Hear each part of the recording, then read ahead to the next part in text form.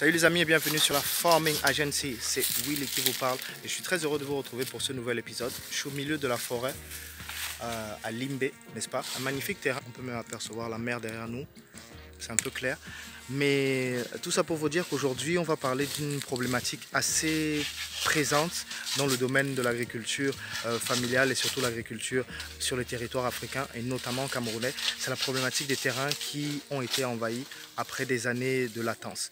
Donc beaucoup me disent et m'écrivent et en me disant Willy, mes parents avaient un terrain et quand je suis rentré, il y avait ou une invasion, une construction illégale ou bien des plantations illégales ou